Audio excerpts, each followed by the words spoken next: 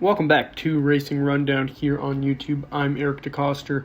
In this preview, we will be taking a look at the Grade 1 Florida Derby, one of 3 100-point Kentucky Derby preps this upcoming Saturday, April 2nd.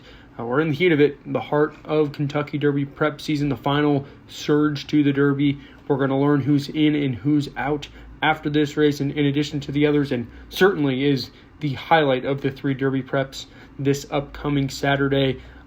A couple of the horses in here already in the Kentucky Derby. Classic, Causeway, and Simplification. We'll obviously dive into them. They look to be the 2 favorites, but you have some that are knocking on the door. They've either earned points or are very hyped and are looking to earn points and charge it wide Abarrio and a couple others. It's going to be a fun race, an intriguing race. At least 2 horses are already slotted for the Kentucky Derby, a couple that could easily get in, so it's going to be impactful, and you're certainly going to be looking at one of the favorites for this year's Kentucky Derby, depending on who wins this. And just in general, the Florida Derby, it's one of the premier races every year, especially for these 3-year-olds. We've seen so many of these horses win this race, go on to run well in the Kentucky Derby. Even those that lose it have done well at times. Obviously, just in the past 10 years, Orb, Nyquist, Always Dreaming, all won the Kentucky Derby. Maximum Security crossed the wire first in the Kentucky Derby. Tis the Law was second. Audible was third. Materiality was a good 6th. So on and so forth. It's produced a lot of talented horses. And like I said, even the losers have done well. Code of Honor lost this race in 2019 as one of the favorites. Went on to run an official second in the Kentucky Derby. So much to talk about here and so much impact. Can't wait to see what this race produces. We're going to go through all 11 horses, dive into their positives, negatives, what I like, what I don't like. I'll give you my picks, although if you know me, you kind of know where I'm already heading in this spot. 2 horses in here I've been loving on really since last November and December, and they've put together excellent 3-year-old campaigns to this point. I think that continues here. But let's start with the one strike hard for trainer Matthew Williams. A low percentage guy, but when he has a good horse, they typically fire well, and strike hard fits that bill. 2 for 7 lifetime. He's been a consistent hard trier. He comes off of 4th in the Sam F. Davis most recently. And that was a weird race. If you go back and watch it, he was probably a little further back than he wanted to be. Made up good ground. He was kind of turning himself off and on throughout the race. That's kind of the big trend with this guy. Strike hard is he's very mentally immature. His wins have been good, but he finishes up on the wrong lead. And he's kind of green, drifting in and out all around the place. Even in his losses, he likes to find trouble and can get himself beat at times. That's kind of what happened in the Sam Davis. He probably could have finished 2nd or 3rd if he wasn't taking himself in and out of the race throughout. But he picked up nicely, and even though he was beaten 6.5 lengths, I thought he ran a good race on the day. He should likely get a good setup in here. There's not like a ton of pace, but I don't think it's going to hurt a closer or help a closer. It seems like it's going to be pretty much a best horse wins case scenario in here. The speed might have it a little easier. We'll dive into that obviously more when we get to those types. But for strike hard, if he can put himself in the game early on and sit, 4th, 5th, or 6th early on, that's going to give him a much better chance than if he takes himself out of the race in the early stages like he did in the Sam F. Davis, because that's really what did him in. He's working well. He's a nice horse. I don't blame anyone for maybe looking at him underneath. The 2 is Classic, Causeway, 7-2 morning line. Kind of interesting. He's the code 3rd choice in here, given he has won back-to-back graded stakes over at Tampa, just a couple hours west of here. Won the Sam Davis, won the Tampa Bay Derby, both in wire-to-wire fashion. Very, very impressive. But the Tampa Bay Derby was kind of a regression from the Sam Davis, which was interesting because he had to work harder. The fractions he set were much more difficult in the Sam Davis than the Tampa Bay Derby. He had everything his own way. But I thought also in the Tampa Bay Derby he was kind of coasting around there. Not really being pressured too much by Ira Ortiz to do much more than he already was. So while in the Sam Davis, I think he was probably working a little harder there. So no matter what, the 2 wins have been impressive and easy. Go back to his 3 starts at 2, broke his maid nicely. Had no chance in the Breeders' Futurity, the Grade 1 there at Keeneland in October, because he had to send from that outside post. And the fact he ran 3rd there is kind of incredible to me. And then he ran into trouble in the Kentucky Jockey Club. Now, it does seem like he'll be controlling speed, and Ira Ortiz definitely knows that. I don't think many are going to try and go with him. And if he can control from the outset, I could easily see Classic Causeway being good as gone. I think a lot of people are going to try and knock him for that figure in the Tampa Bay Derby last time out, being much weaker than really his last 2 or 3 races. Listen, figures can be wrong. We saw it with the Withers this year. If you know me, you know my big rant in how disgruntled I got when they changed that figure because they were wrong. And I think it's more of the same here. Good horse, not really going to care about the figure when you put together the wins like he does. The 3 is Simplification. This is the best 3-year-old in the country in my eyes. I know he doesn't always put together the wins, but he runs into trouble every now and then, and that's why I think he is what he is, especially with the win in the Fountain of Youth last time out. All in all, 3 for 6 in his career. He's done it every single way. He's one of the most versatile 3-year-olds I've ever seen. His ability to go wire to wire like he did when he broke his maiden by 16 and when he won the Mucho Macho Man by 4, have that raw, pure, unbridled speed, and then his ability to rate and work through trouble like he did in the Holy Bull after blowing the brake and having to go 6 wide in the Fountain of Youth and weave between traffic. It's incredible what this horse can do. However, the most interesting thing is what he's facing here. This is the toughest race he's ran in. The Holy Bull was tough. The Fountain of Youth was tough. But now he's got to run against Classic Causeway, who is I mean, for me, he's 2 on my Derby list. Simplification being number 1. But I think that Classic Causeway probably gets the better trip in here, which probably shows you where I'm leaning all in all in this race. But for Simplification, well, I think he's the most talented, and I certainly like him more for the Kentucky Derby out of the 2. I really wonder if Classic Causeway gets another clean, easy trip like he did in the Sam Davis and the Tampa Bay Derby, and looks like he'll get here. Is Simplification going to be able to overcome that? Especially, I think there's some other speed that'll be quicker to the spot than Simplification will be, and he'll have to settle and work out a trip like he did in the last 2. And I just don't know if that's something he can overcome like he did in the Fountain of Youth. Because the Fountain of Youth was a good field, but it's not Classic Causeway. And if Classic Causeway doesn't have any problems, I feel like he might just have the edge on Simplification. Just something to think about, but I think they're both very good. Both have a reasonable chance of winning this. The 4, easy breezy here because he's 50-1 and deserves every bit of it. King of Truth. He's former claimer, was claimed at Keeneland off a second place finish there for $50,000. Has ran 3 times at Florida since. No wins, back-to-back seconds, but one was on the Tapeta surface going 5.5. One was going a mile on the grass.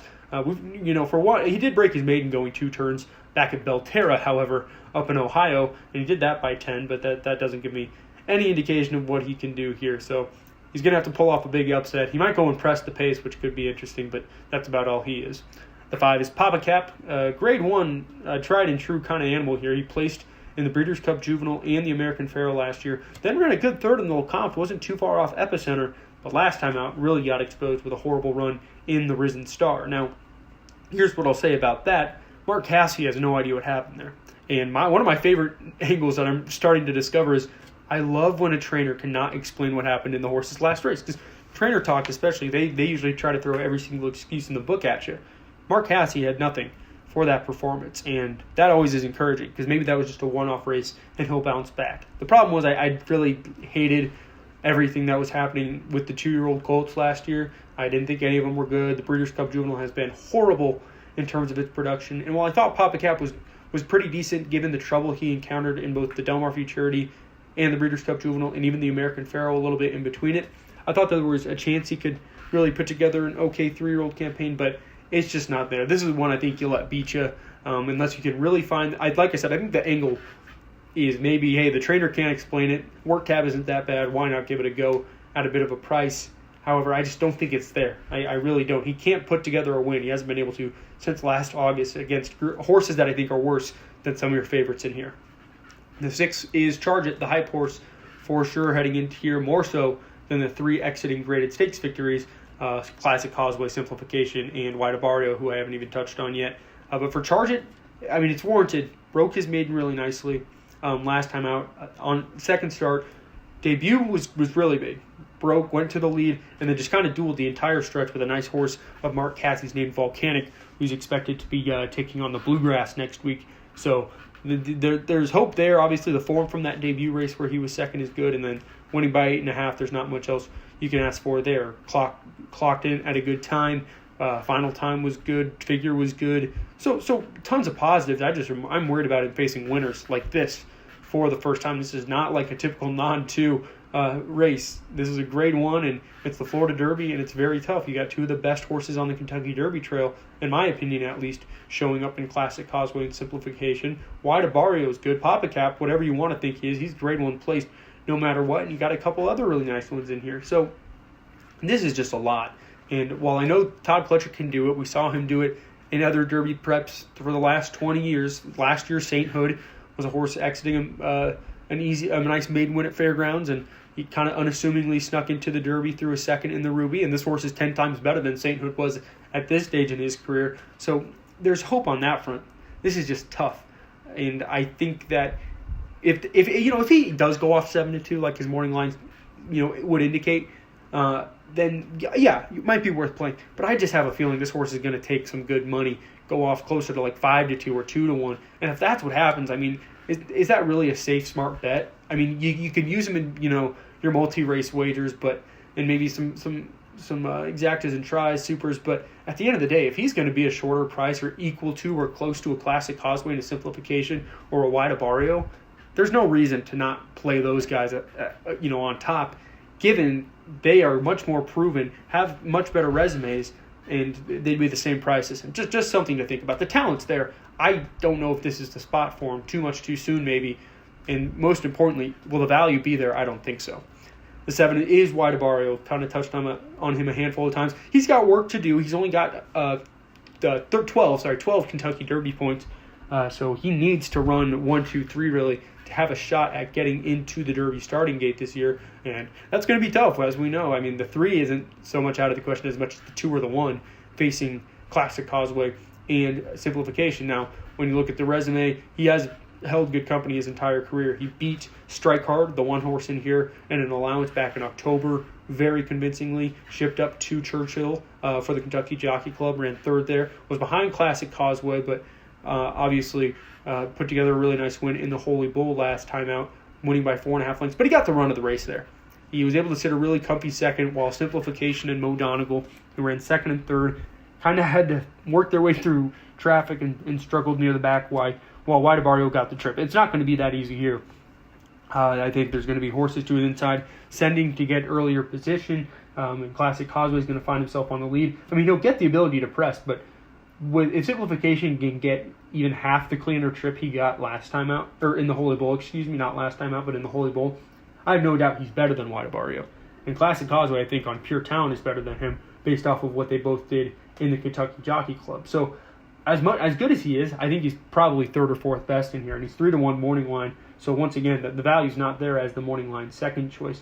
He could prove me wrong, and I wouldn't be surprised. But like I said, Simplification with a clean trip probably wins that Holy Bull, and Classic Causeway had a rougher trip in the Kentucky Jockey Club and still outran him on that day. So that kind of gives me the indication, yeah, he's 3rd best in here. Date Cajun Magic, Florida bred in here. That's where he's done most of his work. He's 2 for 6 lifetime with 3 seconds, so he's been consistent. In fact, the only time he didn't run 1-2 was last time out in the Holy Bull. And he ran a decent race. He stuck around, was ultimately outfinished by wide Abarrio and Simplification, and he really didn't have many excuses there. I just think he's probably a cut below. He was good Florida bred, ran some big races against horses with actually pretty decent form, some stakes winners and whatnot. But at the end of the day, I think that, this race is too far. His pedigree and kind of last time out showed that was the case. So I'm just not really seeing it with Cajun Magic. The 9 is Captain, 87-1 last time out when he was 3rd in the Fountain of Youth, and picked up really nicely. Came from last, had to avoid the trouble, the fallen horse in front of him, but still, plugged along pretty well to pick up 3rd that day. That was off at 3rd in the Limestone. What you really liked there was the fact it was his first 2-turn start, and he was able to show that against a pretty decent field, so all things considered. So I certainly don't hate him. Certainly don't think he's a bad horse. You might be one to consider underneath. I don't really know if the pace will be there in front of him to collapse and let his closing style benefit. But at the same time, he didn't really have that in the Fountain of Youth, and he still ran a pretty decent race that day. And Gustavo Delgado, the trainer, he snuck 2 horses into the Kentucky Derby in this race that really didn't deserve to be there. Bodie Express, I'm sure many are familiar with, and then Majesto a handful of years ago did the same thing. So it's something he's done before, and he does pick up Joel Rosario. I think they're certainly better in here, but who knows? Like I said, the trainer's worked out the magic before, so maybe he can do it again. If he can run the Fountain of Youth again and maybe improve one step more, there's a chance he'll hit the board and potentially secure himself a Derby starting spot. The 10 is Clapton, another Florida bred in here. He's done all but one of his running in his 9-race career at the Florida bred level. He actually broke his maiden in open company, but that was last July at Gulfstream, so that doesn't tell me much. He hit the board consistently for a while, and then last time out, going 7 furlongs, got a pretty nice win, but that was over a week Florida bred field. Only 5 other horses were in there. It was a nice win, but I mean, there's not really much to it. He'll set a good stalking to mid-pack trip and probably peter out. He ran against Florida Breds last year as a 2-year-old in Stakes Company and was well beaten. Cajun Magic was in there. He was beaten a combined 31 lengths in those 2 races. So there's not much here. This is a big long shot, another one that he'll just have to jump up and shock me if he really wants to win. And finally, the 11 Steel Sunshine, kind of more of the same with the last one I mentioned, Clapton, but for different reasons. He's well bred, a Constitution out of an Unbridled Song, so that's there. He broke his maiden 3-back on December 26th at the maiden optional level by 10, so he was clearly much better than that.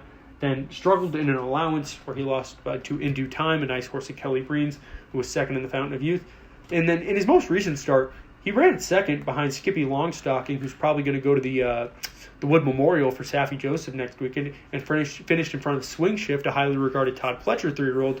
The problem was the only reason he ran that well was because the speed went and sent, and when they went 45 flat, going 1 1/8 for a half mile, and then 109 4 for 3/4. So the speed was cooked. He was a pace beneficiary in there, and that's the only reason he ran second. He was not the second most talented horse in that field on that day. He just was the beneficiary of a nice setup, and that'll not be the case this time around. I'm pretty confident they won't go those fractions in here unless they really want to surprise me. So he'll either have to completely prove me wrong on that front or run a hole in the wind, something along those lines to actually factor in here. Otherwise, there's not much to him unless you can find a reason how he ran such a good second last time out without the pace being a factor. So that's all 11 for you. Let's dive into my picks real quick. Kind of already hinted at who my top 2 are, and I think it's a fair, valid one. Not crazy, but it's fair and valid. Classic Causeway. I think we'll take this one out over Simplification, even though I think Simplification is more talented than Classic Causeway. I just like the trip Irad Ortiz will be able to work out on his mount for Brian Lynch, take it to 3 in a row. The distance, he's only going to get better the further he gets to go, really, so that's another big positive in his corner. So Classic Causeway, wire to wire, Simplification, a good, hard-trying second. And I don't love any of the other prices in here. Oh, Captain, sure, maybe throw him out there. He'll be a price purely because everyone else is going to take all the money. But, if you're looking for value underneath, I don't really know if anything will show up, but that would probably be the one. And then, like I kind of hinted at, I think the fade in here is Charge It. Just think it's a bit too much too soon. But I don't know.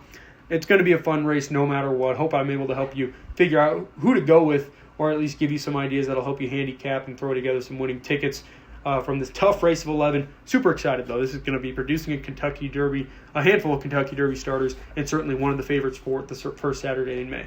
That's all for you. I'm Eric DeCoster. We'll see you next time on the Racing Rundown.